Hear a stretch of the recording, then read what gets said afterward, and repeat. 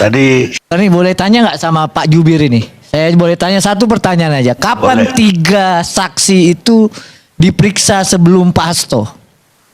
Kapan diperiksa saksi sebelum Pak Hasto itu kapan waktunya? Bisa nggak disampaikan ke masyarakat? Pemeriksaan saksi selalu kami sampaikan Pak Patra, kami update. Memang dalam beberapa waktu terakhir sudah dilakukan pemeriksaan. Dari pemeriksaan tersebut kemudian memang Ya, dibutuhkan saya tanya untuk kapan pemeriksaan tanggalnya, lanjutannya Pak Jubir. kepada saksi.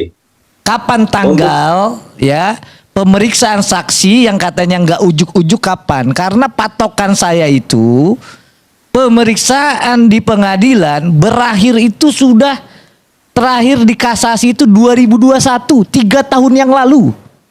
Makanya saya tanya, kapan 3 saksi itu diperiksa oleh KPK?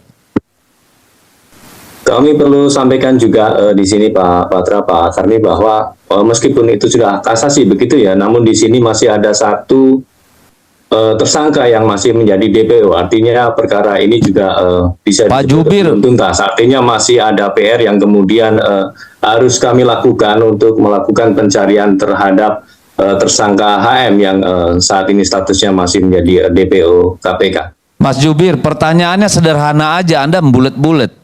Pertanyaan Patra itu kapan KPK memeriksa 3 saksi yang Anda sebutkan tadi sebagai ya cikal bakal kemudian pemanggilan Hasto Kristianto. Pertanyaannya sangat sederhana, tapi Anda nggak bisa jawab, Pak Jubir.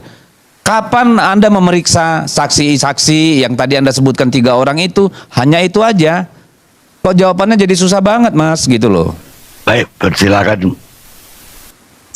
Baik, untuk pemeriksaan 3 saksi nanti kita bisa cek untuk tanggal detailnya ya. Tapi 3 saksi ini diperiksa memang secara square waktu adalah sebelum Pak Hasto diperiksa pada Senin kemarin, Pak. Ya gini ya, Anda kan harusnya punya kredibilitas nih sebagai jubir KPK. Kan harusnya sudah punya data seperti itu dong, bukan normatif. Saya titip pada Anda, hukum harus ditegakkan walaupun langit runtuh. Tapi jangan pernah menegakkan hukum dengan cara melanggar hukum. Itu aja Mas buat Anda. Makasih. Baik, pemirsa, politik itu adalah profesi yang paling korup dimanapun Anda berada. Charles, aktor Inggris. Kita rehat sejenak. Pak Karni, mengenai penyitaan, salah satunya disebutkan di dalam KUHP, KUHP ataupun di Undang-Undang KPK bahwa penyitaan tidak disebutkan sebuah benda itu disita dari siapa, ya artinya hanya boleh disita dari tersangka, saksi atau pihak lainnya. Namun penyitaan tersebut adalah peruntukannya. Apakah penyitaan tersebut adalah karena benda tersebut adalah hasil kejahatan, digunakan melalui melakukan kejahatan, atau yang ketiga adalah berhubungan langsung dengan kejahatan. Itu yang kemudian didalami oleh teman-teman penyidik melihat komunikasi yang ada di dalam HP tersebut. Nah, tentu tadi juga sempat disinggung apakah jika benda-benda yang disita tersebut tidak terkait dengan perkara atau dengan pencarian keberadaan tersangka HM, tentu KPK juga bisa mengembalikan, karena memang dalam lazimnya penanganan perkara di KPK ketika melakukan penyitaan sebuah barang dan itu memang tidak terkait dengan perkara, maka KPK juga akan mengembalikan. Namun jika itu memang diduga ada keterkaitan dengan perkara, maka itu akan digunakan sebagai salah satu barang bukti untuk mengungkap sebuah terangnya perkara, Pak Karni. Ya, coba saya mau mungkin ubah pertanyaan.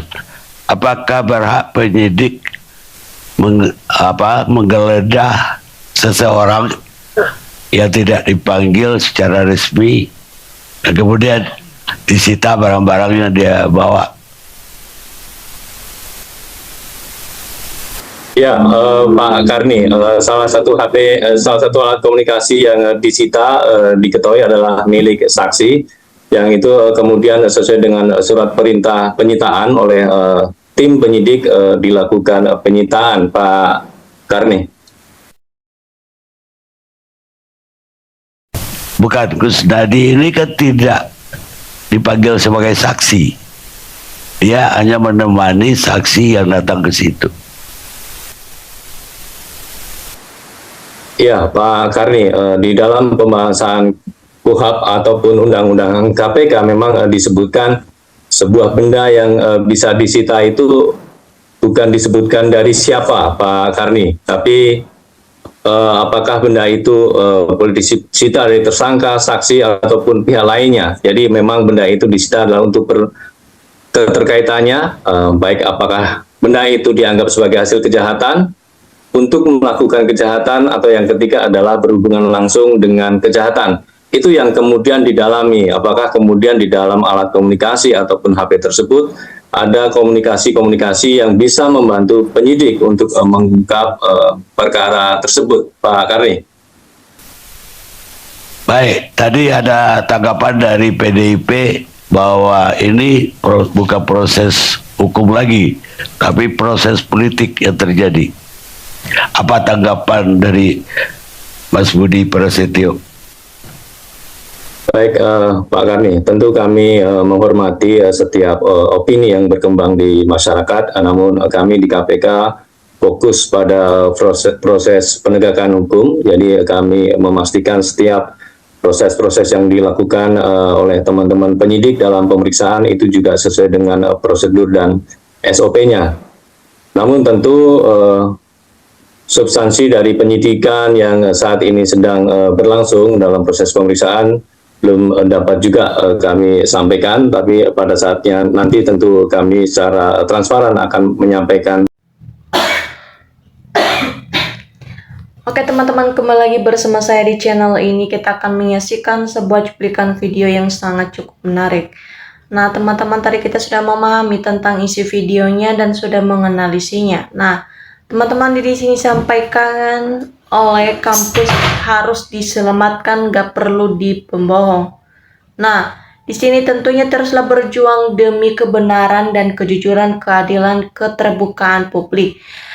Nah, lanjutkanlah perjuanganmu, wahai para perjuangan dan para ahli. Ayolah tetap berjuang demi membela kebenaran.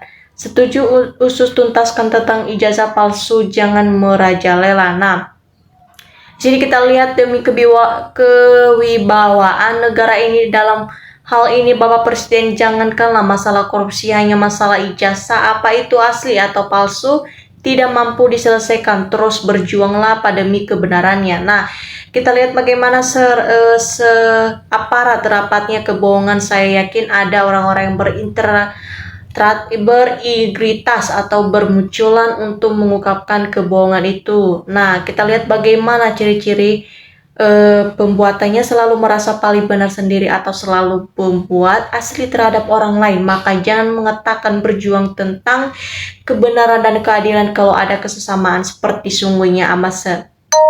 Nah, kita lihat bagaimana ayo muncullah orang-orang cerdas, jangan kalah sama para pembohong dan para pembantunya.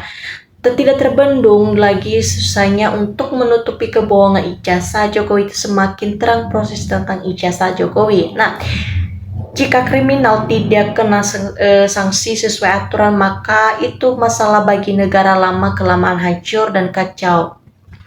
Kalau kasus ijazah nggak tuntas, kasihan orang-orang cerdas yang sekolah tinggi akan dikalahkan dengan ijazah yang nggak jelas ini. Nah, tentunya jika benar palsu termurung-muleng terlibat, terutama Andi Aswan harus masuk penjara. Kenapa UGM harus bertanggung jawab? Tolong cepat selesaikan masalah ijazah Jokowi. Nah, hanyalah negeri Konoha yang orang bohong, ijazah palsu, korupsi dan jahat dibela, dan institusi negara relawan. Nah, yang melegalisir ijazah palsunya Jokowi pasti Supratikno dan Eko Sulistyo, dan rektornya Ova Emilia pasti terlibat kasus ijazah palsu Jokowi ini.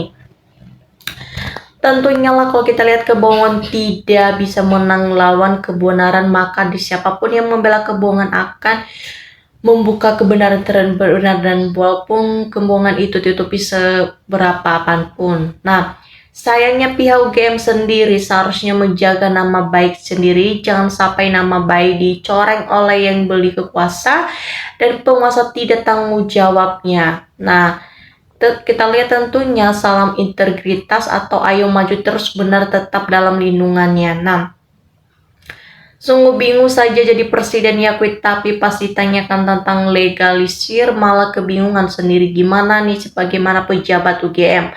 Penegak hukum salah satu ciri negara itu benar wibawa berdaulat dan berbudaya kriminal adalah harus kena sanksi sesuai aturannya. Para pun jenderal kayak mahasiswa sel NKRI disebut NKRI ke depannya NKRI kita gara-gara kalau segera dibereskan. Nah, demi masa depan bangsa kita mohon untuk para tokoh-tokoh cendekiawan alumni UGM tolonglah membuka semua yang diketahui apalah semestinya kebenarannya terjadi di UGM. Bila ada kejanggalan tolong diberitahukan kepada publik. Sangat sayangkan kalau UGM ini dikotorin dengan hal-hal bersifat menguntungkan dari pribadi, akhirnya nama itu jatuh dan perbaikin. Institusi sangat penting bagi generasi yang akan datang demi kemajuan bangsa dan negara. Janganlah sampai hancur gara-gara satu orang yaitu Jokowi dan keluarganya. Selamatkanlah nama kampus ini internasional. Omongan Jokowi jika dinurut-turuti tidak ada ujungnya, rakyat ngadu terus. Ayolah kepolisian tegakkan keadilan. Nah, teman-teman, di sini disampaikan orang tidak pernah memandang ijazah itu asli atau palsu. Yang penting bisa bangun negeri ini. Silakan yang ingin jadi pahlawan rakyat tidak peduli. Nah, bagaimanapun kalau kita lihat memang alumni lulusan UGM itu juga terlibat langsung pembuat penerbit pengesah ijazah kalau bukan mau pihak-pihak dari institusi rektorat atau UGM terkait melaporkan dan menuntut orang-orang ini ngaku lulusan UGM ini makin rusak dan fitnahan. Nah, nama besar UGM nantinya di masyarakat. Kapolri ini pengkhianat negara, kenapa demi uang Jokowi pengkhianat negara? Banyak uang bisa membeli apapun. Pas saja kalau kepala pengacara bisa dibeli dan sama Jokowi juga harus dihukum nanti oleh masyarakat atau aman negeri ini.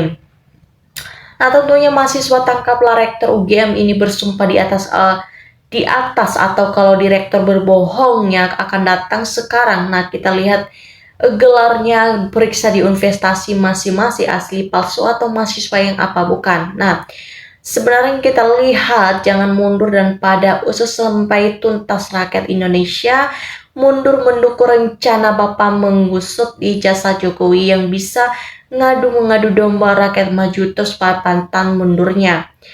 Nah, sebagai mantan presiden seharusnya punya sifat amanan fatonah serta ada aslinya. Nah, UGM ini banyak alumni ke kualitasnya tidak diragukan, tapi saya rusak sama Jokowi dan cerewet Jokowi, kasihan UGM. Ijazah palsunya dibungkus dengan kebohongan yang dipakai Jokowi dengan membayar para termulu agar ngotot para termulu kalau ditanya ijazahnya. Ijazah gampang, tinggal suruh cek bebas dan dapat ijazah UGM seperti arsulasi. Ditunjukkan dilaporkan ijazah atau asal usulnya tidak dituntun mantapan. Penting negara takut sama rakyat bisa netralnya. Nah, di sini negara cukup orang-orang yang hebat seperti Profesor Jenderal Pak Hakim atau foreksi ke independen tokoh-tokoh bangsa, tapi selangkah bodohnya mereka jika tidak dapat selesaikan masih diduga ijazah palsu Jokowi. Nah, sebesar harapan saya itu yang mungkin kami buat Jokowi. Ya, oke teman-teman, sekian dari penjelasan saya dan jangan lupa komen share supaya kalian tidak ketinggalan video saya selanjutnya. Terima kasih.